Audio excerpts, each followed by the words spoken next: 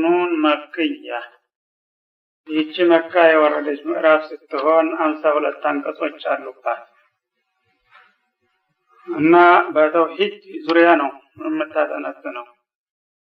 በመጀመሪያ አካባቢ በቃለ መሐላ ይከፍታታል አላህ Subhanahu Wa Ta'ala ኑን አላሁ አዕለሙ ቢሙራዲሂ ቢዛሊክ። እንዲህ አይነቶቹ ቃለ መሐፀሮች አላህ Subhanahu Wa Ta'ala ካልሆነ በስተቀር ማንም አያውቀውም ብሎ ማለፉ ይመረጣል። እነ ሐሚም እነ ኑን እነ ቃፍ እነ ሷድ እነ አሊፍ ላም ሚም የመሳሰሉት ልዩ ትርጉም ከመስጠቱ አላህ ያወቅ ብሎ ማለፉ ይሻላል ማለት። አንዳንዶቹ ለመፈሰር የሞከሩት ከነሱ መካከል አብዱላህ ኢብኑ አባስ አንዱ ናቸው። ኑን ማለት ደዋት የቀለም መያዣ ብልቃጥ ወይም ጠርሙስ ነው ብለዋል። ምክንያቱም ቀጥሎ ከሚመጣው ጋር ለማዛመድ ማለት ነው። ወልቀለሚ እንዲሁም በኑን በመድ መያዣ በቀለም መያዣና እንዲሁም በመጻፊያው ቀለም እምላለሁኝ ይላል አላህ Subhanahu Wa Ta'ala። ወኡቅሲሙ ቢኑኒ ወልቀለሚ እንደማለት ወማ ይስጥሩን እንዲሁም ደግሞ ጸሐፍቶች በሚጽፉት በሚዘግቡት ነገር ሁሉ ምሌ እነግራችኋለሁኝ ይላል። እንግዲህ አላህ Subhanahu Wa Ta'ala ከፍጥረታቱ በፈለገው ይምላል።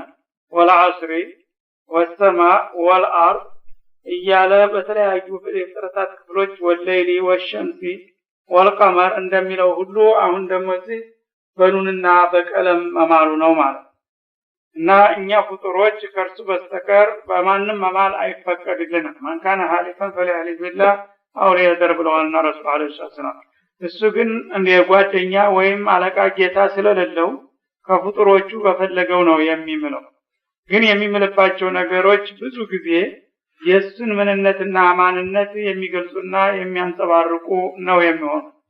እዚህም ላይ አሁን በዚህ በቀለም መያዣና በመጻፊያው ቀለም እንዲሁም በጽፈት መሳሪያና በሞያው መማሉ ይህ የእውቀት ምንጭ ነውና ዒልም ጋራ የዒልም መሳሪያዎች ከመሆናቸው የተነሳ ሸረፍ ለመስጠት ለማክበርና ለማስተዋወቅ ሲል ነው የሚመለባቸው ማለት። ቀለም ሲባል የትኛው ቀለም ነው ወደሚለው በመንመጣበት ጊዜ ቀለም ማለት በሶስት ይከፈላል ተብሏል። አንዱ የሱ የራሱ ቀለም ነው። ዓለምን ከመፍጠሩ በስተፊት መጀመሪያ አወሉ ማ خلق الله القلم እንደተባለው በሐዲስ ቀለም የሚባል ዓለም ነው መጀመሪያ የፈጠረው ከሰማይ ከምድር ከሁሉም በፊት ማለት ነው። ይሄ ቀለም የሚባለው ራስን የቻለ ዓለም ነው። ያለ ጸሐፊ ራሱ በራሱ የሚጽፍ ነው።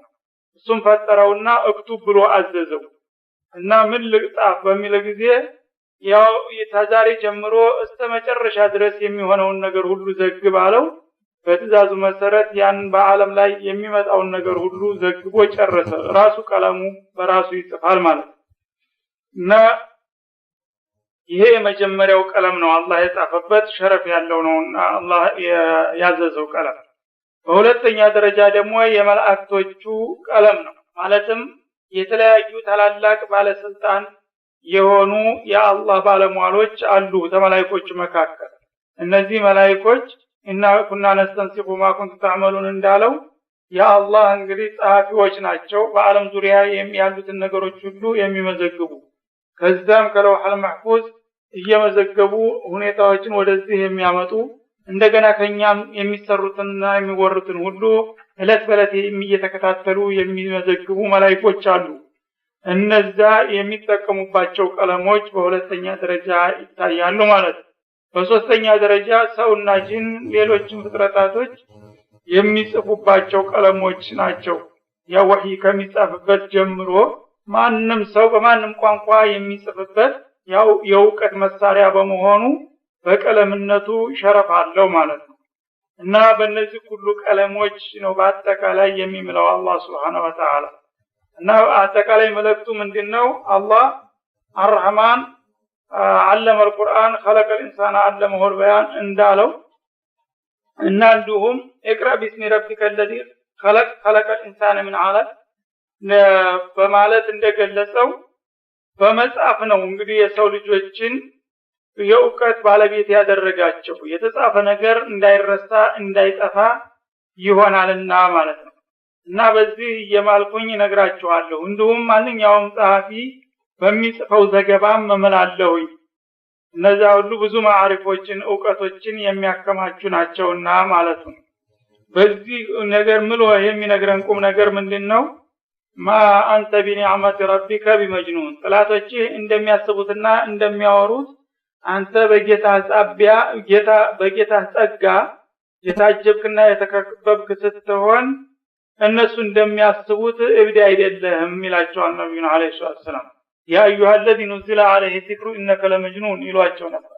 አንተ ቁርአን ተወረደልኝ የምትለው ሰውዬ ሆይ አንተ እንደምትለው ቁርአን ወርዶልህ ነብይ ሆነ ሳይሆን አብደህ ነው አምሮህ ተነክቶ እኮ ነው እያሉ ይሳለቁባቸው ስለነበረ አንተ እብደት የሚባል ነገር ሲያልፍ አይነካም በጌታ ጸጋና እንክብካቤ የታጀብክና የተከበብክ ሆነህ እያለ እንዴት አርጎ እብደት ወዲ አንተ ይደርሳል? በምንም አይነት እብደት የሚባለው ነገር አይነካህም በጌታ ኒዕማ የታጀብክ ነህና በማለት ከእብደት ነፃ መሆናቸውን አረጋገጠላቸው እና በጥላቶቻቸው ላይ መልስ ሰጠላቸው ማለት ነው። ወኢነ ለከ ለአጅረን ገይረ መምኑን እንዳውም አንተ ጥላቶች የሆነ ያልሆነውን ስም እየሰጡ በሚያበሳጩ ነገር ለጊዜው እንኳን እነሱ የጎዳን ቢመስላቸውም ይሄን ሁሉ መታዕብና መስዋዕብ በትግስት በመቋቋምህ በጌታ ዘንዳ የማይቋረጥና የማያረጅ የማይነጥፍ የሆነ ምንዳ ተዘግቦልሃል። ይሄ ሁሉ እነሱ የሚያደርሱበት መከራና ሰቆቃ እንዲሁ በከንቱ አይደለም የሚቀረው በሚደርሰው ሙሲባ ልክ ሁሉ ያንተ አጅር ይሰፋልሃል ይላቸዋል ነብዩ አለይሂ ሰላም።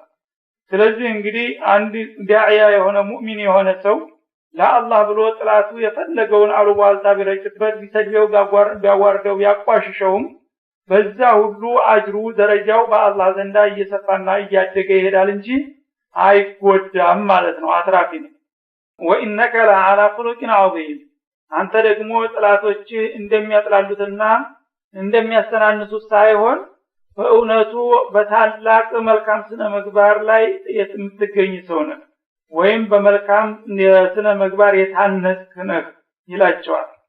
እና አንተ መልካም ጸባይ የተባለ ሁሉ ያካተትክ ታላቅ ሰው ነህ እንጂ እነሱ እንደሚሉት እንዲሁ በቀላሉ ለስድብና ለዘለፋ የተጋለጥክ ወራዳ አይደለህም አረጋግጥልሃለሁ ይላል። ይሄ ሸሃደቱላህ ነው። ካፊሮች በካፊርነታቸው እነሱ ሰው ሆነው የአላህን መልእክተኛ ከፍ ዝቅ አድርገው ቢያዋርዱና ቢሰድቡ ቢዘልፉም እነሱ በሽተኞች ስለሆኑ አንተን እንደቀላል ይገምቱሃል እንጂ በእውነቱ ከሆነ እዚህ ቀረህ የማይባል እንከን የሌለህ ፍጹም በመልካም ስነ ምግባርና በመልካም ጸባይ የታነጽክ ታላቅ ሰው ነህ ብዬ አረጋግጥልሃለሁ ይላቸዋል ነብዩ አለይሂ ሰላም። እና ወዒስቱ በመካሪም አኽላቅ እንዳሉትና እንደውም ካነ ኹሉቁል ቁርአን እናታችን አይሻ ነብያችን ጸባያቸው ምን ይመስል ነበር ሲሏቸው ያው ቁርአን ቀርታችሁ ከሆነ የቁርአንን ጸባይ የተላበሱ ነበሩ። ያው በቁርአን ውስጥ የተነገረ ኸይር ሁሉ በሳቸው ላይ አብቦ ይነበብ ነበር። በቁርአን ውስጥ የተጠላ ነገር ሁሉ ከዛ የራቁ ነበሩ በማለት ገለጿቸው። ስለዚህ እንዲህ አይነት ታላቅ ነህ አለ አላህ ሸሃዳ ሰጣቸው ማለት ነው። ከአላህ በላይ እንግዲህ ሸሃዳ ላሳር ፈሰቱ ብሲሩ ወይብሲሩን እና አንተ እንዲህ አይነት ታላቅ ዝነኛ ሰው ሆነህ እያለ እነሱ ግን እንዳይበላ እንዳይዘራ እያረጉ ቢያጥላሉና ቢያቋሽሹ ያንን ተንኮላቸውንና መጥፎ አስተሳሰባቸውን ውጤቱን እሱ የሚያስከትለውን መዘዝ አንተም ታየዋለህ። ከትንሽ ጊዜ በኋላ እነሱም ያውታል ውጤቱን ያገኙታል። የዛ ጊዜ ማን ተተኛ ማን ትክክለኛ እንደሆነ ይታወቃል ማለት ነው። ቢአይኩሙል መፍቱን እና የዛ ጊዜ ካንተና ከነሱ መብዱ ማን እንደሆነ ይታወቃል። ያይኩሙል ጁኑኑ እንደማለት እና እነከ ለመጅኑን ብለው ነበርና እብዶቹ እነሱ ይሁኑ አንተ ወደፊት የሚለይበት መድረክ ይመጣል ማለት ነው። ወይም ከናንተ ቡድንና ከነሱ ቡድን ውስጥ እንደ እብድ ግለሰብ ያለበት የትኛው ቡድን እንደሆነ ወደፊት ይጋለጣል፣ ለሁላችሁም ይታወቃል። እስከዛው ድረስ ግን እናንተም ያው እሱን ስደቡ። ሰው መቼም በገዛፉ የፈለገውን ቢለፈልፍ አይከለከልምና ተግዚው ማለት ነው። ኢነ ረበከ ያንተ ጌታ ሆ አለሙ ቢመን ضل عن سبيله ከሱ ጎዳና ያፈነገጠውንና ያገለለውን በእርግጥ ያውቃል ወሆ አለሙ ቢልሙህተዲን ትክክለኛውን መስመር ተከትለው የሚጓዙትንም ትክክለኛ ሙእሚኖችን ጠንቅቆ ያውቃል እና ከሱ በስተቀር መስካሪ ላሳር ነው ወላ ቱጢዕ المكذبين እነዚያን አስተባባዮችን ወዳቸው እያወቀ እውነትን የሚያጠፋፉና እንዲሁም ውሸትን የሚያናፉ የሆኑትን ወስላቶች አትታዘዝላቸው እነሱ እንዲታረግ የሚጠይቁህን ነገር ሁሉ አትቀበላቸው ማለት ነው እነሱ የውሸት ጓዶች ናቸውና እነሱ የሚያቀርቡትን ሐሳብ ዋጋ እንዳትሰጠው እንዲሁ ዝም ብለህ ቸል ብለህ ለፈው ማለት ያው ሙሽሪኩል አረብ ነው በጊዜ የነበሩት ሰናዱ ቁረይሽ እነሱ እንግዲህ ሁሉ ጊዜ ሊተቀን ነብዩንና አላማቸውን ለማጥፋትና ለማቆላሸት የማያደርጉት ጥረትና ሙከራ አልነበረም አንዳንድ ጊዜ በተጽኖ በማስፈራራትና በመዛት ሌላ ጊዜ ደግሞ በመስበክና በዲፕሎማሲያዊ መንገድ ለማሳመን በመሞከር በፖለቲካ እንዲህ ብታረግ እንግባባ ነበር ምናምን እያሉ ይሰብኳቸው ነበር እነሱ ለአንተ ምንም ኸይር ያመጡልህምና እነዚህ ጸረ እውነት የሆኑ ሸታሞችን የሚያቀርቡትን ሐሳብ ሁሉ እሺ ብለህ እንዲያትቀበልና እንዲያትስማማ እነዚህ ሙከዲብ የሚባሉት በአጠቃላይ ያው ሁሉም ቁረይሾች በዛ ጊዜ የነበሩት ኩፋሮች ቢሆኑ ከነሱ መካከል በጣም የታወቁ ቀሰዋል ማለት ነው አንደኛው ወሊድ ኢብኑ ሙጊራ ይባል ነበር የኻሊድ አባት ሁለተኛ ደግሞ አኽነስ ኢብኑ ሸሪክ ሶስተኛ አስወድ የሚባል ነበር እነዚህ ሶስቶቹ ቀንደኞች ነበሩ እንግዲህ የሙሽሪኩል አረብ መሪዎች በወቅቱ ማለት እነሱ እንግዲህ እንደ ተደራዳሪ የሆኑ እሳቸው ዘንዳ በመምጣት የተለያዩ ሐሳቦችን ያቀርቡላቸው ነበርና አስወድ ኢብኑ የጉት ማለት እነሱ የሚያቀርቡልህን ነገር እንዳውቁም ነገር ያለው መስሎ ተዋቁም ነገር እንዲያጥጥፈውና ጆሮ እንዲያሰጣቸው በማለት አላህ አስጠነቀቀ ወዱ እነዚህ ተንኮለኛ ሰዎች ይመኛሉ ለውቱዲህኑ አንተ ከዓላማ እንድትለዝብላቸው አቋምከን አለዝበ እነሱ ባጥላቸው ጋር እንድትስማማ ማለት ፈይዱህኑን እነሱም የዛ ጊዜ ላንተ ለዘብ ብለው ሊቀርቡ ማለት ተዋናው ዓላማ እንግዲህ አዘናክተው ባጥልን እንድትቀበልና ሐቅን ቸል እንድትል የዛ ጊዜ ደግሞ እነሱም አንዳንድ ባጥላቸውን ተጽኗቸውን ለመቀነስና ለመደራደር ይሞክራሉ ነው የሚለው እና ይሄ ነው እንግዲህ በኢማንና በኩፍር መካከል ያለ ነገር ሊቀራረብና ሊታረቅ አይቻልም የሚባለው ለዚህ አንተ ካፍር ጋራ ለመደራደር በመሞከር ጊዜ የተወሰነ ሐቅ ታለቀክ በስተቀር እነሱ አይረኩም ወይም የነሱን ባጢል ታልተቀበልካቸው በስተቀር ማለት ሙእሚን ሆነ ሲያበቃ ደግሞ ባጢል ተተቀበልክና ሐቅን ቸልታል ያው እንደነሱ ሆንክ ማለት ስለዚህ ለእንዲህ አይነቶቹ ተደራዳሪዎች አንተ ዝቅ ማለት የለብህም አቋምከን አታለዝብላቸው በተለይም እምነት ነክ በሆኑ ነጥቦች ማለት ተውሂድን በሚነካ ነገር ለሰው ብለህ አንድ ነጥብ እንኳን ተወረድ ወይ ወደ ኩፍር ነው የምትሻገረው ማለት እና እንዲህ እንዳታረግ በማለት ያስጠነቅቃቸዋል እየመጡ አንዳንድ ጊዜ አንተም የኛን ጌቶች ጣዖቶቻችንን አትዝለፍ አትንቀፍ ሲሆን ከተቻለ አንዳንድ ጊዜ እነሱ ላከበራቸውና ላመለካቸው ውቃቢያቸው ይረዳል ይጠቅማሉ ብለህ በቃልህ አንዳንድ ድጋፍ ብትሰጥ እንደኛ ተሳለማቸው ስገድላቸው አንልም እኛም ደግሞ በአንጻሩ ያንተን ጌታ እናከብራለን አንተ ጋራ እንሰግዳለን እያሉ እንትን ይሉ ነበር ይሄማ ሽርክና ከቆነ ኢማንን እናቀላቅለውና ሁለቱን ባንድ እናራምደው እንደማለት ነው ማለት ጣዖትን ታከበሩና ተመጎሱ ይሸፋል ብለው ተወደሱ ምን ቀረ እነዛ ገና እሳቸው ጋራ ሽርካቸውን እንዲያዙ ይሰግዳሉ ተብሎ ጣዖት ይጠቅማል የሚል መግለጫ ከተሰጠ ያው ሽርክ ህጋዊ ተደረገ ማለት በዚህ መልኩ እንግዲህ ሊያሳስቷቸው ይሞክሩ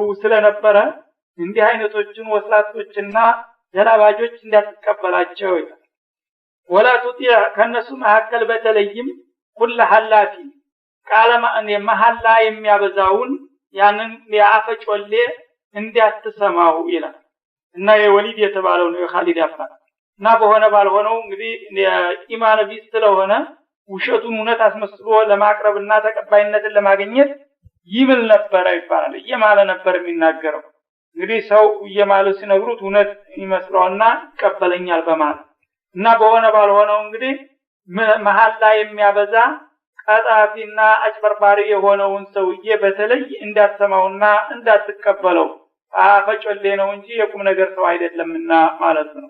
መሂን ወራዳ የሆነ ወይም ቀጣፊ የሆነ ማለት ነው። ሐማዚን ነገረኛ የሆነ ሐማዝ ማለት ደግሞ ሐሚተኛ የሆነ ወይም ለካፊ ሐሚተኛ ማለት እንግዲህ ሰው ፊቱ በሚሆንበት ጊዜ እያከበረ የሚወደው እየመሰለ ጅራቱን ይቆላል፣ ዘወር ሲል ደግሞ ከንፈሩን እየነከሰና ጣቱን እየቀሰረ ያማል የታባቱ ይያል። እንደዚህ ነው የሱ ባህሪ ያለ አላህ Subhanahu Wa Ta'ala ሲያጋጥመው እና መሻኢን ቢነሚሚ ነገረኛ የሆነ ደግሞ ሰውን ለማጣላት ተወዲያ ተወዲ ነገርን የሚያለቀልቅ የሆነ ሰውዬ እሱን እንዳትሰማው ሰውን ያው ለማፋጀትና ለማጣላት እንጂ እሱ ለማስማማት ተልቆም አላማውም አይደለምና ማለት ነው። መናዒ ለልኸይር መልካምና ቅን አላማን ደግሞ ተጻራሪ የሆነ ማለት እስልምናን ራሱም ሆነ ወገኖቹ እንዳይቀበሉ ደንቀራ የሆነ ጠማማ ሰውዬ ነው። እንግዲህ ወደ 10 ጀግና ልጆች ነበሩት ይባላል። እነዛ ሁሉ ኢማን እንዳይቀበሉ እኔ አባታችሁ ሳልፈቅድላችሁ የታባታችሁ እያለ የታወቀ ከበርቲና ባላባት ስለነበረ ለልጆቹ እንኳን ሳይቀር የኸይር እንቅፋት ሆኖባቸዋል። ለነኻሊድ ኋላ ያው ጥሶ ተደንጂ ጎበዙ ማለት ነው። እና እሱ እንግዲህ በአገሪቱ ላይ በጣም የታወቀ ሰው በመሆኑ ኸይርማ ቢሆን ኑሮ እሱ ይቀበለውና ይከተለው አልነበረም ወይ እየተባለ እሱም በተገኘው አጋጣሚ ሁሉ ይሄ ነገር ጠቃሚማ ቢሆን ኑሮ ለው ካነ ኸይርማ ሰበቁና ኢለይ እነዚህ መሳኪኖች ዝንባሞች መች ቀድሙን ነበረ እያለ የሚያደናቅፍ ማለት ነው። ወይም መናዒ ለልኸይር ማለት ትሩፋትን የሚከለክል ይሆን ሀብታም ነው ባለጸጋ ነበረ ለብዙ ምስኪን መርዳት ይችል ነበር ግን በጣም የተረገመ ጭቡ ከመሆኑ የተነሳ አንድ ተረፋሪ እንኳን አያመልጠውም ለምስኪን ማለት እና ይሄንን እንግዲህ ኸይር የራቀው የተረገመ የሆነ ሰውዬ ገንዘብም ለትንሽ እንኳን የማታመልጠው ለምስኪን የማይረዳ እንደገና ደግሞ ሰዎች ወደ ኸይር እንኳን በፍቃዳቸውና በጥራታቸው እንዳይሄዱ በቀጥታም ሆነ በተዘዋዋሪ መንገድ እሱ ያልተቀበለው እንዴት ኸይር ይሆናል እየተባለ የሚያደናቅፈውን ሰውዬ እንዳትሰማውና እንዳትቀበለው። ሙዕተዲን ህገወጥ የሆነ ወይም ግፈኛ የሆነ አቲም ወንጀለኛ የሆነ ኃጢአተኛ እሱን እንዳትሰማው። ወንጀል የተባለን ሁሉ የማይሰራው ነገር የለም በግልጽም ሆነ በስውር እሱ የማይሰራው ፈዋሂሽ አልነበረም ማለት ነው። ዑቱሊን ባደ ዛሊክ ዑቱሊን እንደገና ደግሞ ደራቃ የሆነ ማለት አታበግትር ከኔ በስተቀር ሰው የለም የሚል በኩራት ተወጥሮ የሚቆፈስ ጉረኛ ማለት ባደ ዛሊክ ከዚህ ሁሉ በኋላ ደግሞ ወደ 8 የተለያዩ ባህሪያቶች ናቸው አሁን የተደረደሩት። ይህ ሁሉ ሳይበቃው ደግሞ ይባስ ብሎ በመጨረሻ ዘኒም ቅጥል ወይም እንጥልጥል የሆነ ይላል ማለት ምንድነው? ቁረሺ ነኝ ሸሪፍ ነኝ ይላል እንጂ በእውነቱ ሸሪፍ አይደለም። እናቱ በዲቃላ ነው የወለደችው ብሎ አጋለጠው አላህ Subhanahu Wa Ta'ala። እሱ ግን አና አሽረፉል ቁረይሽ እያለ ነበር እንትን የሚደነፈው። እሱ ግን አባቱ ሙጊራ የተባለው ሰውዬ እኒን ነበር ሴት መድረስ አይችልም ነበር ይባላል። ግን ሀብታም ባላባት ነበር።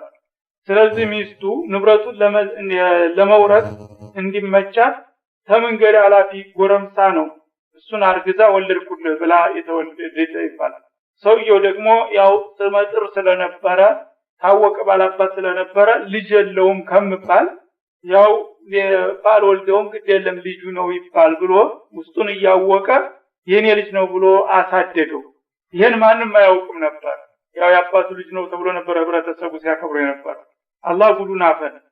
ይሄ ሁሉ እንግዲህ አልበቃዋልና በመጨረሻ ከቤተሰቡ ያልተወለደ እንዲሁ ዝም ብሎ ከመንገድ መጥቶ የተለጠፈ እንጥልጥል ነው። ዘኒም ማለት በመሰረቱ የፍየል ዛጎል አንዳንድ ፍየሎች ዛንገታቸው ላይ የተንጠለጠለ ዛጎል ኖራቸዋል። ታች እንግዲህ ከሰውነት ትርፍ ናት ማለት ትቆረጥም ምንም ትጎዳ ነገር አይደለም ትኖርም ጥቅም አይደለም። እና እንደዛ ዝም ብሎ በቁረይሽ ብሔረሰብ መጥቶ ተለጠፈ እንጂ የቁረይሽ ተወላጅ አይደለም በሐቂቃ በማለት አጋለጠው ይባላል። እና ቀደም ሲል የተነገሩትን ስምንቶቹን ነጥቦች ይህን አያት በሚሰማ ጊዜ በአንክሮ ተከታተለና ራሱን ነቀነቀ ይባላል። ሁሉንም ሊክደው የማይችለው ነገር የራሱ ባህሪ መሆኑን አመነ በግድ። ግን የመጨረሻይቱ ዘኒም የምትባለው አልገባችው። ለሱም እንግዲህ አሆነችበት ይባላል። ምክንያቱም የአባቴ ልጅ ነኝ ብሎ ነበር እሱ የሚኖረው እና መጣና እናቱን ቀድ ወሰመኒ ሙሐመዱን ቢተማንየቲ ኺሳል ኩሉሃ አዕሪፉሃ አለይሃ አሮጊት እናት ነበረችው የምትጦር። ሙሐመድ ያው አይዋሽበት በጸባው ያልሆነ ነገር አይናገርም። 8 የስማቲያ ነጥቦችን ደረደረልኝ እኔን ለማዋር እና እነዛን ሁሉ እኔ የሉብኝም ለማለት አልችልም። ያው ህብረተሰቡ የሚያውቀው ነገር ነው። ያ ሁሉ ያለ ጉዳይ ነው። ግን የመጨረሻይቱ ምን ለማለት እንደፈለገ ያልገባኝ ያለችና እሷ አንቺ የምታውቂው ነገር ይኖርሻል እኔ ያልገባኝም ሱመቸም አይዋሽምና ተመልከት አይዋሽም ይያሉ እና ይቺ ምንድናት ንገሪኝ አላት። እሷ ደግሞ የራሷንም የቤተሰቧንም የልጇንም ታሪክ የሚያጠፋ ነገር ስለሆነ ይሄን ነገር መናገር አልፈለገችም። እኔም አልገባኝም አላውቅም ብትል ሙጅሪም ነውና ተናገሪ በግድሻል አለበለዚያ በዚህ ሰይፍ ነው መቀነጥሻል እና እዚህ ተማሞት መሰንበት ብላ ምን ቸገረኝ አለችና እንግዲያውስ ከፈለክ ታባታ አይደለም የተወለድከው እንደው ቃላት ጎረምሳ ነው የወለድከው ብላው ቁጭ አለች ማለት አላህ ያለው ተረጋገጠበት በእናት ምስክርነት ማለት ነው። እና እንዲህ አይነቱ ወስላታ ነው እንግዲህ ጊዜ አስቶት ሀብታም ባላባት ሆኖ የነብዩ ተቀናቃኝ ሆኖ እሳቸውና ህብረተሰቡ መሐከል ጣልቃ ገብቶ ሊያስተዳድርና እሳቸውን ሊመክር ሊያሳምን የሚጥረው ይህ አይነቱ ርካሽና ወራዳ ሰው ነው። እንዲህ አይነቱን ታዲያ ልትሰማው ትፈልጋለህ ነው ያ መሐመድ እንዳያሳስት ወቅና ተጠንቀቅ ይላቸዋል ማለት አንካነ ዛማሊን ወበኒን እና ይሄ ሁሉ ደግሞ የሚባልገው እሱ የገንዘብና የብዙ ልጆች ባለቤት ስለሆነ ነው። ተከበሩ ሰው አይፈሩ እንደሚባለው ጊዜው አንስቶት እንግዲህ በጊዜው የታወቀ ባላባት እየተባለ በሀብት ስለተንበሻበሸና ብዙ ጀግና ልጆች በጦር መሳሪያ ስለሚያጅቡትና ስለሚከቡት የጀግና አባት እየተባለ በየአደባባዩ ሰዎች አባልገውት ነው እንጂ እሱ በእውነቱ ክብር ያለው ሰው አይደለም ማለት አላህ Subhanahu Wa Ta'ala። እና ሰው ደግሞ ያው ተከበረ ሁልጊዜ ልቡ ይደነድናል ከኔ በላይ ሰው የለም ባይ ነው። ሌላውም ደግሞ ያው የበታችነት ስለሚሰማው ተሰሚነትን ይሰጣል ያለው ልበግድ እንደዛ ሆኖ ነው እንጂ ነገሩ በአሷላ እሱ ክብር የሚሰጠው ሰው አይደለም። ጊዜ ያበቀለው ወፋራሽ ነው እንጂ ነው ማለት ኢዛ ተጥላ አለይ አያቱና እና እርቁስና ወራዳ ከመሆኑ የተነሳ የኛ የመለኮታዊ አንቀጾች የቁርአን ቃላቶች በሚነበቡለት ጊዜ ቃል አሳጢሩል አወሊን ይሄ የወትሮ ሰዎች እንቆቅልሽ ነው ተረት ነው ብሎ የአላህን ቃል እንደቀላል መሳለቂያ ያደርገዋል። ነፍስ ያለው ትልቅ ሰውማ አእምሮ ያለው ቢሆንማ የአላህን ቃል እንዴት እንዲያድርጎ የወትሮ ተረትና እንቆቅልሽ ነው ሊለው ይችል ነበር ትልቅነት ቢኖረውማ ይሄን ሊያረጋ አይችልም ነበር። የርኩስነቱ ምልክት ይሄ ነው። የአላህን ቃል አሳጥሮል አወሊን ይላል። የሱንን ተፈንቱ ደግሞ ማላ ያኒ ቁም ነገር ነው። እኔ ያልኩን መቀበል መስማት አለብህ። እኔ እኮ በዚህ ሀገር ታንተ በስተቀር ማንም ቃሌን የሚመልሰው የለም እያለ ይኮፈሳል ማለት ነው። ፈነሲሙሁ ዐለል ኹርጡም እና ለወደፊትም በኩምፒው ላይ ልዩ ምልክት እናደርግለት ይሆናል አለ አላህ Subhanahu Wa Ta'ala። ይሄ ደግሞ ሙዕጂዛቱል ቁርአን አሁን እሱ ትልቅ ሰው ነኝ እያለ የተቆፈሰውን ያህል ለወደፊት ደግሞ ማንኛውም አላፊ አግዳሚው እንዲያቀው ግልጽ በሆነ ቦታ ልዩ ምልክት አረግለትና ለማንም መተዛዘቢያ ታላደርገው አልቀርም አለ ይባላል። ኹርጡም ማለት በመሰረቱ የዝሆን ኩምቢ ነው። የዝሆን ኩምቢ እንግዲህ ያ ጫፉ እንደዚህ ረዝማ የምትታጠፈው ኹርጡም ትባላለች። እሱ እንግዲህ እርኩስ ከመሆኑ የተነሳ ያ በጣም የሚያስጠላ ነው። የዝሆን ኩምቢ እንደ አፍንጫው እንደዛ ሹል ያለ ነበር ይባላል። በዚህ እንግዲህ የዝሆን ኩምቢ በመሰለ አፍንጫው ላይ ልዩ ምልክት ነጥብ አስቀምጥለትና ከዛ በኋላ ወራዳነቱን እስከ እድሜ ፍጻሜው ድረስ ማንም አደባባይ እንዲያየው እናደርገዋለን። ፊት ላይ ያለ አይብ ደግሞ መሸፈን አይቻልም። ሌላ ሰውነት ላይ ቢሆን ጨርቅ ይሸፍነው እና አፍንጫው ላይ ልዩ ምልክት አድርግለትና የዛ ጊዜ ጨርሳችሁ ማንነቱን የምታውቁበት ጊዜ ይመጣል። ይሄ እንግዲህ ትንቢይ ነበር። ወደፊት ምን እንደሚሆን አልታወቀም ነበር። የበድር ዕለት ዘመቻ ወጣና እዛው ውጊያ ላይ እንዳለ አፍንጫውን በሰይፍ አወረዱለት ሷሃቦች እና አፍንጫው እንዲህ ነው ዝንጀሮ ፊት መስሎ ቁባለ ማለት ያ እንግዲህ አላህ ሰነሲሙ አለል ኹርጡም ቁምቢው ላይ ልዩ ምልክት እናደርግላችኋለን ብሎ ነበረ። ተረጋገጠበት እንደገና ማለት በዚህ መልክ እንግዲህ አዋረደው። አላህ እንግዲህ ፍቃድ አልቀበልም ያለ ትዕቢተኛና ጥጋበኛ በአኺራ ብቻ ሳይሆን በዱንያም እንደዚህ አይነት ውርደትና ቅሌት ውስጥ የሚገባ መሆኑን ለሌሎቹ መማሪያ ይሆናቸው ዘንዳ ይሄንን ፈጸመበት አላህ Subhanahu Wa Ta'ala ማለት እና እንዲህ አይነቱን ሰውዬ ለጊዜው አዋቂና ታላቅ ነኝ ብሎ ቢንፈላሰስና አንተ ሊሰብክህ ቢሞክር እንዲያትንበረከክለትና የሚልህን እንዲያሰማ እንዲያትከተል። ከዚህ እንግዲህ የምንረዳው ቁም ነገር ምንድነው? ጊዜ ያነሳቸው ሀብታሞችና ባለስልጣኖች እኛንን ሰው ብለው ቢቆፈሱ አህለል ሐቅ ለነሱ መንበርከክና መብረክረክ አይገባውም ማለት ነው። ኢና በለውናሁም ከማ በለውና አስሐበል ጀና እነዚሁን ሙሽሪኩል አረብን የአትክልት ባለቤቶችን እንደፈተና አይነት ፈተናቸው ይላል። ታውን ቀደም በአንድ ወቅት የአትክልት ባለቤት የሆኑ ቤተሰቦች ነበሩ። እነዛ እንደተፈተኑና እንደተሳሳቱት አይነት አሁንም እነዚህ መሳሳታቸውና መሞከራቸው ነው ይላል። ይጣቅሰሙ እነዛ የአትክልት ባለቤቶች በተማማሉበት ጊዜ ለሽርሙናሃ ሙስቢሂን አትክልታቸውን በማልዳ እንለቅማለን ብለው ውሳኔ በማሳለፍ የተማማሉ ጊዜ የተፈተኑትን አይነት ፈተና ዛሬ እነዚህ ሙሽሪኩል አረብ ቁረይሾች ሊፈተኑ ቀረቡ ማለት ነው። እነዚህ እንደ የተባለላቸው ሰዎች የመን ሀገር ነበሩ ይባላል። ከየመን ከዋና ከተማ ከሶንዓ 6 ማይል ርቀት ያለው ቦታ ይገኙ ነበር ወይም የሐበሻ ሰዎች ነበሩ ይላል እብነ ከሲር። እና ለማንኛውም አንድ ሀብታም ሰውዬ ነበር አባታቸው አንድ ሰው ልጆች ናቸው 3 ልጆች እና ሀብታም ባለጸጋ ሰው ነበር ሷሊህ ነበር ይባላል። በነብዩላህ ኢሳና በእኛ ነብይ መካከል ያው የነብዩላህ ኢሳን ዲን የሚከተል ሳይሆን አልቀር እና የሰውዬ ሷሊህ ነበረ። አትክልት ነበረው በተሰቡን የሚያስተዳድርበት እና የተባረከች ቦታ ነበረች። ያቺ አትክልቱ እንግዲህ በምትደርስለት ጊዜ ይለቅማል። በሚለቅም ጊዜ እንዲሁ እጁ የገባለት አጥርተው እንዳይለቅሙ ተምሩን ይሄ ወይኑን ያዛቸዋል ሰራተኞች። እንደው እጃቸው የገባላችሁን ጓልጓሉን ነው ማንሳት ያለባችሁ እንጂ የተረፈውን ተውት ለምስኪኖች እያለ ቃርሚያውን አጥርፎ ይተውላቸዋል። እሱ ዋናውን እያነሳ ሲሄድ ከኋላ የአካባቢ ምስኪኖች ተሰብስበው ቃርሚያውን ይሰበስቡና ያመት ቀለባቸውን ያገኙ ነበር ይባላል። ከዛም ደግሞ እንደገና ዘካውን ጨምሮ ይሰጣቸዋል። በዚህ መልክ እንግዲህ እድሜው እስካለ ድረስ ለአካባቢው ሰው አለይታ ሆኖ ቆየ የሷሊህ ሰውዬ ይባላል። እና እሱ በሚሞትበት ጊዜ የልጅ ነገር ልጆች ደረሱና ያንን አትክልት 3 ልጆች ወረሱ። የጊዜ መቼም ወደ ኋላ የሚመጣ ሰው ተንኮል ነው እናንተን የሚያመጣው። አባታችን ሞኝ ነበር እንዲሁ ገንዘቡን ለማንኛውም ያተረፈና ያረከሰ ነበር የሚሄድ። ስለዚህ እኛ ገንዘባችንን በደንብ ሽክፍ አድርገን ለማንም ለማኝና ምስኪን ማስተረፍ የለብንም።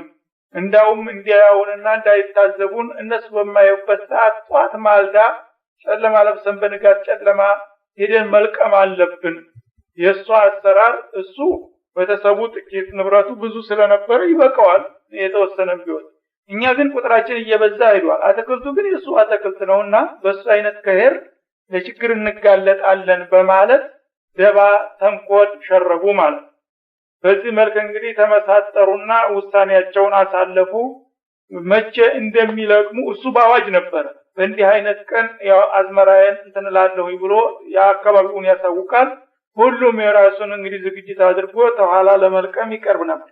እነሱ ግን በሌሊት ደብረው ይሄን ውሳኔ ካሳለፉ በኋላ ገና ነው እያለ ደሃ ሲዘናጋ እነሱ ሌሊቱን ሄደው ወዳውኑ ለቃቅመው ለመምጣት ወሰኑ። በዛ መሰረት እንግዲህ አወቅን ብለው ጥፋት ላይ የወደቁ ሰዎች ነበሩ።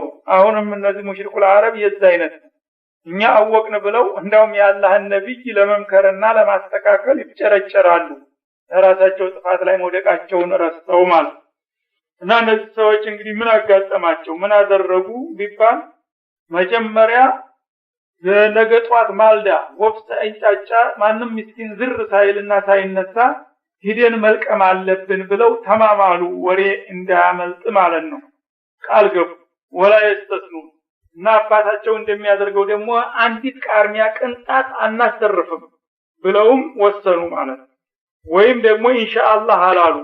ያው አላህ ቢሻ እንዲህ እናደርጋለን ማለቱን ትተው በራሳቸው ኃይል ብቻ እንዲህ እናደርገዋለን ብለው ወሰኑ ማለት ነው። ደረቅ ውሳኔ። የዛ ጊዜ አላህ ደግሞ የበኩሉን ውሳኔ ያሳለፈና ልክ እንደተባለው ሌሊቱን እንግዲህ ተነስተው እየተደናበሩ ሲሄዱና እዛ አፋፉ ላይ አትክልቱ የሚታይበት ጎራ ተራራ ብቅ ብለው ቆልቁለው በሚመለከቱ ጊዜ ፈጣፋ عليها طائف من ربك ከጌታ የሆነ መቅሰፍታዊ እንደ አደጋ በዛይ በአትክልት ላይ ዙሮባት ተገኘ። ወውና ኢሙን እነሱ ሌሊት ተኝተው ይያሉ በማይሰሙና በማያውቁበት ወቅት አላህ የራሱን ስራ ሰርቷል። ያችን አትክልት ድብና አድርጓታል ማለት ነው። فاصبحت كالصريم እነሱ ከመድረሳቸው በፊት ተለቅማ ያለቀላት ቁረን ሆና ተገኘች ማለት ነው። ወይም የሌሊት ጨለማ መስላለች። እሷ ራሷ ከስላ ተቃጥላ እንኳን የሚለቀም ፍሬ ሊኖረው አመዱ ብቻ አካባቢውን አጥቁሮት ታየ ማለት ነው። የሌሊት ጨለማ መሰለ ራሱ አካባቢ። የጊዜ እሷ እንግዲህ ብቅ ብለው በሚያውባት ጊዜ ለራሷ ተቃጥላ ደብዛዋ ጠፍቶ ጨለማ የተቆለለ አመድ ሆናለች ነው። ፈተናደው ሙስቢሂን እነሱ ግን እንዳሰቡት ያንን የተንተረከከ ተምርና ወይን እንዘለቅቃለን ብለው በንጋት እየተጠራሩ ተነስ እንጂ ረፈደብን እኮ እያሉ እየተጠራሩ ይጓዙ ነበር ማለት አንይዱ አላ ሐርፊኩም በአዝመራችሁ ላይ ማልዳችሁ ድረሱ እንኩንቱም ሷሪሚን ቀደም ሲል ያው ባሳለፍነው ውሳኔ መሰረት ዛሬ የምንለቅም ከሆነ ምስኪኖች ሳይሰሙና ሳዩ ቶሎ በማልዳ ሄደን እንልቀም ተነስ እየተባለ ይጠራሩ ገባ ማለት ነው። ፈንጦለቁ እና ተጠራርተው ወዳውኑ ፈጥነው ተጓዙ። ወም የተካፈቱን ሰው እንዳይሰማቸው በየአካባቢው ምስኪኖች እንዳይሰሟቸው ቀስ በቀስ እየተባለ ድምጣቸውና እርምጃቸውን ጭምርም እየተቆጣጠሩ ተጓዙ ማለት ነው። ለምን አላ ይድኹላና አለይሁም አለይኩም ምስኪን እዛቻ ተከልታችን ወይም አዝመራችን ቦታ አንድ ምስኪን ዛሬ እኛ ጋራ መግባት የለበትም። ሁላችሁም በየአቅጣጫችሁ ተጠንቀቁ ጠብቁ ቢመጣም አባር እየተባባሉ ማለት ነው። ወገደው አላ ሐርዲን ቃዲሪ በእነሱ አስተሳሰብ እንዲሁ ማንም ሳያቸውና ሳይካፈላቸው ለቅሞ በመጨረስ ላይ የሚችሉ ሆነው ነበር ማልደው የወጡት ማለት ነው። በእነሱ ሐሳብ እንግዲህ ማንም ሳያይ ጧት ለቃቅመው ጨርሰው ሸክፈው ሊመለሱ ወስነው ነበር በእነሱ አባባል ማለት ነው። ዳሩ ግን እንደተባለ አይደለም ሌላ ለቃሚ ቀድሟቸዋል ማለት ነው። فلما رأوها እዛ አፋፍ ላይ ብቅ ብለው ሲመለከቷት ጊዜ አትክልታቸውን በንጋት ቃሉ እና ለዷቱ ያልተጠበቀ ነገር ሆኖ አካባቢው ተለውጦ ሲያው ጊዜ እኛ ተሳስተናል ማለት ምንድነው? ወደ አትክልታችን እንሄዳለን ብለን የጨለማ ጉዞ ወደ ሌላ አቅጣጫ አይደል ሌላ ሀገር ነው እኮ የሄድነው። ይሄ የኛ አትክልት አይደለም በዛ አካባቢ ያለው የሌላ ምድር በዳ ነው እኮ የመጣ ነው ጎበዝ አሉ። አቅጣጫውን የሳትንና ሌላ በረሃ የገባን መስሏቸው እነሱ መንገዱን አይደል ሌላውን መንገድ ነው እንጂ ማዕናውን ነው እንጂ የሳቱት የዛይሩን መንገድ ያልሳቱም ነበር ማለት እና አንዱ አረ መንገድ ተሳስተናል ያልሆነ ቦታ ነው የመጣ ነው ሲል ጊዜ ሌላው ደግሞ ቀበል ብሎ አስተውሎ ስለተረዳ በልናኑ محرومون እሱም አቅጣጫውን እንኳን ሳትነው ነበር እኛ ያው ሌሎቹን የአላህን ኒዕማትን ከለከላቸው ጊዜ ቀድሞኛን ከልክሎናል አትክልቱ ተቃጥሎ ሌላ ቦታ መስሎ ነው እንጂ መንገዱ እንኳን ያው ነበር አላቸው ማለት ነው። ይህ ጊዜ ቃል አውሰጡም ከነሱ አስተሳሰቡ ሻል ያለው በሰል ያለው ምን አለ አለም አቁል ለኩም ነው ላተሰብሁን ቀደም ብላችሁ ያንን የተንኮልና የደባ ውሳኔያችሁን ስታሳልፉ ረተው አላህን ፍሩ ኢንሻአላህ በሉ ቢያንስ ብያችሁ ነበር። የመከርኳችሁን ባለመስማታችሁ ይኸው አገኛችሁ አይደል ዋጋችሁን አላችሁ። አንዱ እንግዲህ ቀደም ብሎ ይሄ ነገር አይበጅም የለመዱትን መጣም ነገር ያመጣል። አባታችን የሚሰራውን ብንሰራ ይሻላል አላህ ይባርክልናል እና አንዲት ቅንጣትና ቃርሚያ እንኳን እንዳትተው እያላችሁ መመካከራችሁ ጥሩ አይደለም። ለኛ የሰጠን አላህ ለነሱም ብናተርፋቸው ምን አለ ብሎ ነበር። አንተ ደግሞ ይሄው የሞኙ አባታችን ዜማ አለቅቀም ብለው አፋፉን ብለውት አሳፍረውት ነበር። አሁን አጋጣሚውን ተጠቀመና አላልኳችሁም አላህ ነግሬያችሁ ነበር። ቃርሚያ ቁም ነገር ሆኖ ቃርሚያ እንኳን አንተውም እያላችሁ ስትመሳጠሩ እኮ ነው ነገሩ ያለቀው። ታው አላልኳችሁም ማለት ለሁለቱም ሁለት አይነት ማለት አንደኛ ቃርሚያ አንተውም እያላችሁ መመካከሩ ይቅርባችሁ እያለ ሁለተኛ ደግሞ ቢያንስ እንኳን አንድ ሰው የሚሰራውን ስራ ወላ ተቁለና ለሸይን فاعل ذلك غدا الا ان شاء الله እንዳለው ባይሆን ኢንሻአላህ በሉ እንጂ ሙስሊም ሆናችሁን ረሳችሁት እንዴ ብላችሁ ምን ኢንሻአላህ እንላለን። የገዛ ተከታችን ሄዶ መልቀም ደግሞ ምንም ያስቸግር ነገር ሆኖ ኢንሻአላህ አላል ይሉ ነበር። አላልኩህም ይሄው ኢንሻአላህ በልብል አላሁን ማለት ነው። የጊዜ ገባቸው ምክር ያልመለሰው መከራ ይመልሰው እንዲሉ አሁን ኢንሻአላህ አለማለታቸው ወይም ደግሞ ለምስኪኖች ምንም አይነት ፍርፋሪያ አናተርፍም ብለው መማማላቸው ስተት መሆኑን ስለተረዱ ወደ ተውባ ሊመጡ ነው። ቃሉ ሱብሃነ ረቢና ጌታችን ጥራት ይገባው እኛ በራሳችን ስራ ነው እንጂ እንደዚህ የጣፋነውና የከሰርነው አላህ አልዞለመንም። አሁን እንግዲህ ሌላ ቅል ሰው ቢሆን ኖሮ አላህ በደለኝ እና ለመህሩሙም ብሎ ነበር መጀመሪያ አላህ ከልክሎናል ዲኑን ነፍጎናል ብሎ ነበር። እሱ አይደለም የከለከለ እኛ ራሳችን ነው የራሳችንን ጸጋ ያጣነው በገዛ ስራችን ነው በማለት ተጸጸቱበት ማለት ነው። እና ለዛሊሙን ራሳችንን በራሳችን የምንበድል ግፈኞች እኛንን እናኩና ዛሊሚን እንጂ እኛ ያንን አባታችን የለመደንን ኸይር ብንቀጥል ኑሮ አላህ ኒዕማውን ቀጣይ ባደረገልን ነበር አሉ ማለት ነው። فاقبل بعضهم على بعض يتلاومون ከዛማ በኋላ እስፈርታቸው እንደዶሮ ይተካተኩ ገባ።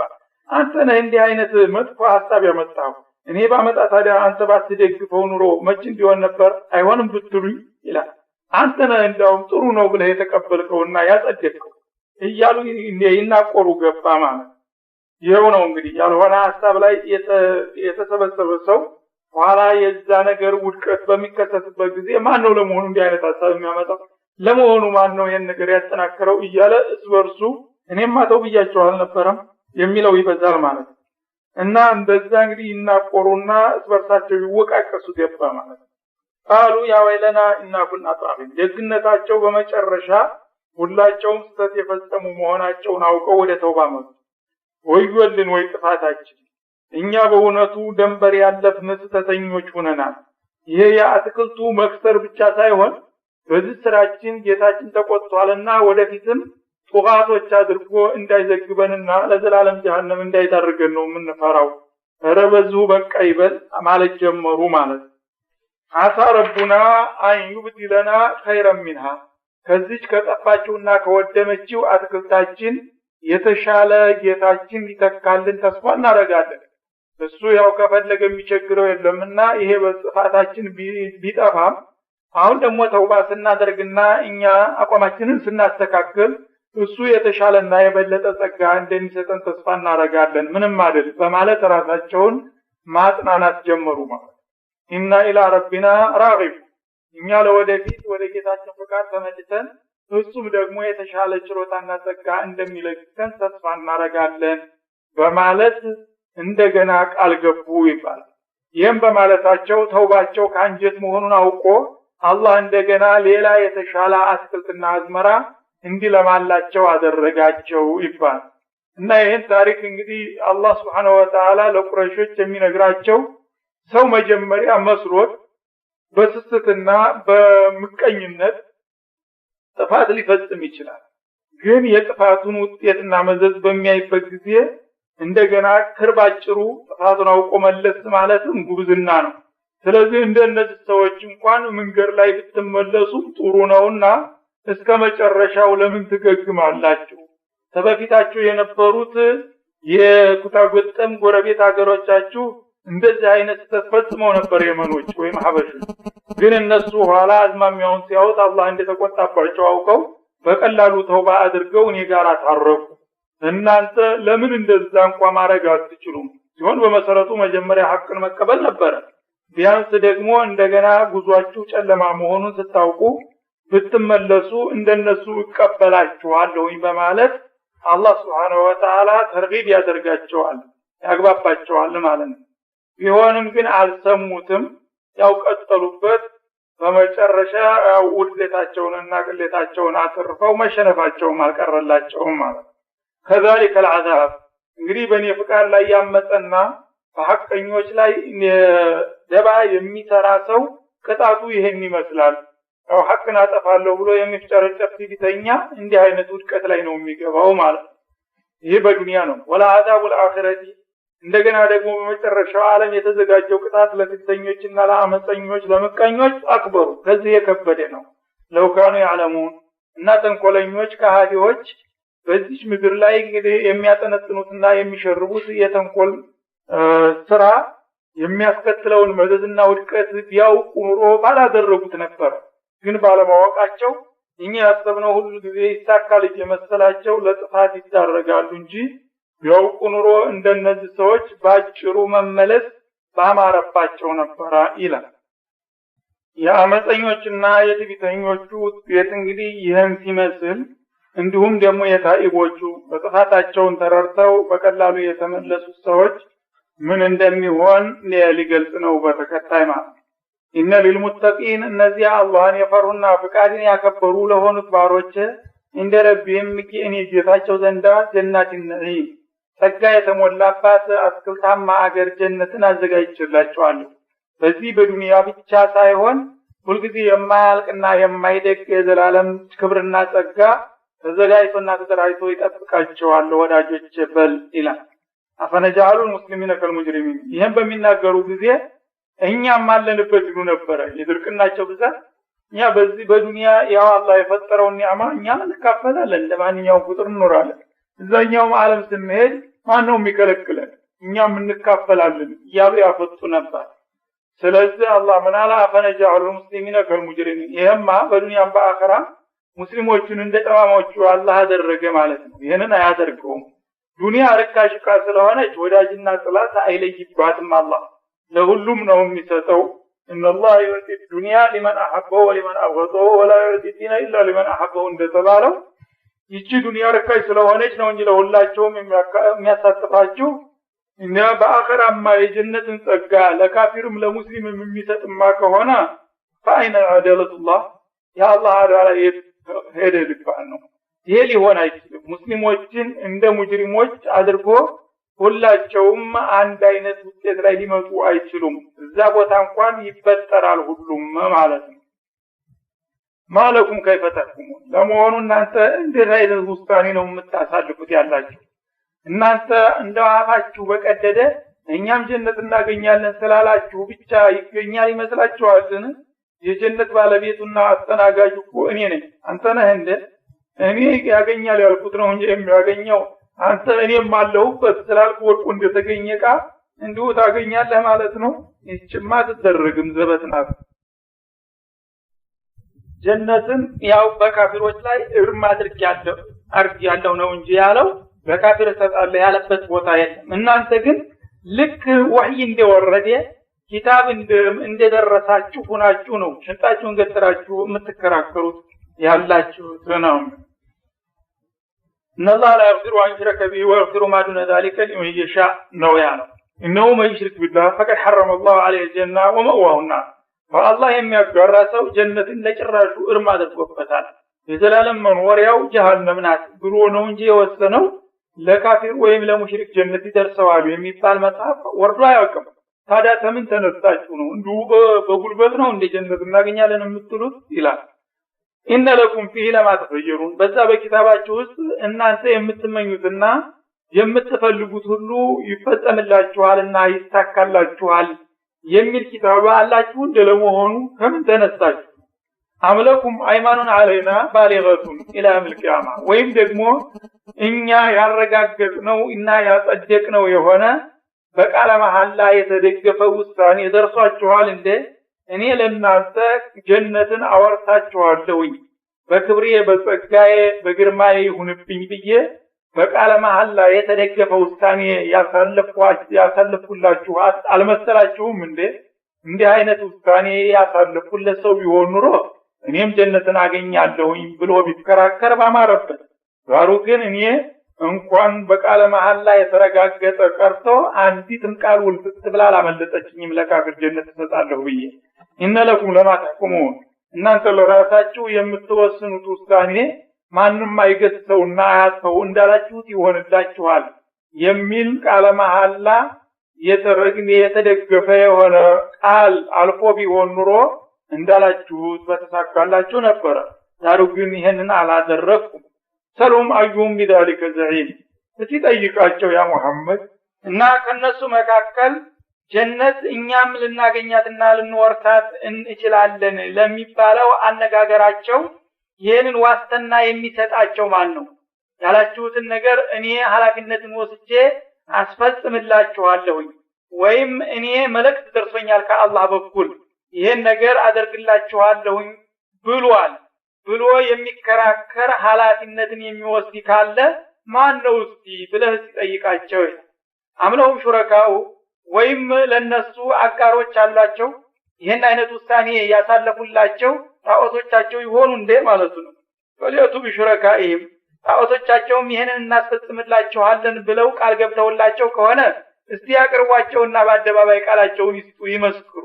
ኢንካኑ ሷዲቂን በአባባላቸው እውነተኞች ከሆኑ እነሱ ይሄን ነገር እናደርግላችኋለን ብለው በፊት ለፊት መጥተው እስቲ ያረጋግጡላቸው ይላል። እንግዲህ የአላህ አጋር ናቸው ብለው የስልጣኑና የመብቱ ተካፋይ አድርገው ጸሎትና አምልኮት የሚሰጧቸው ጣዖቶች እንደሆነ እንዲህ አይነቱን ተስፋ ቃል የገቡላቸው ይሄን ነገር አሁንኛ ቃል ገብተንላችኋል ብለው በሰው ፊት ቀርበው ያረጋግጡላቸው።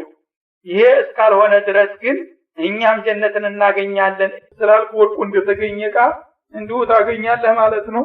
ይህችማ ትደረግም ዘበት ናት።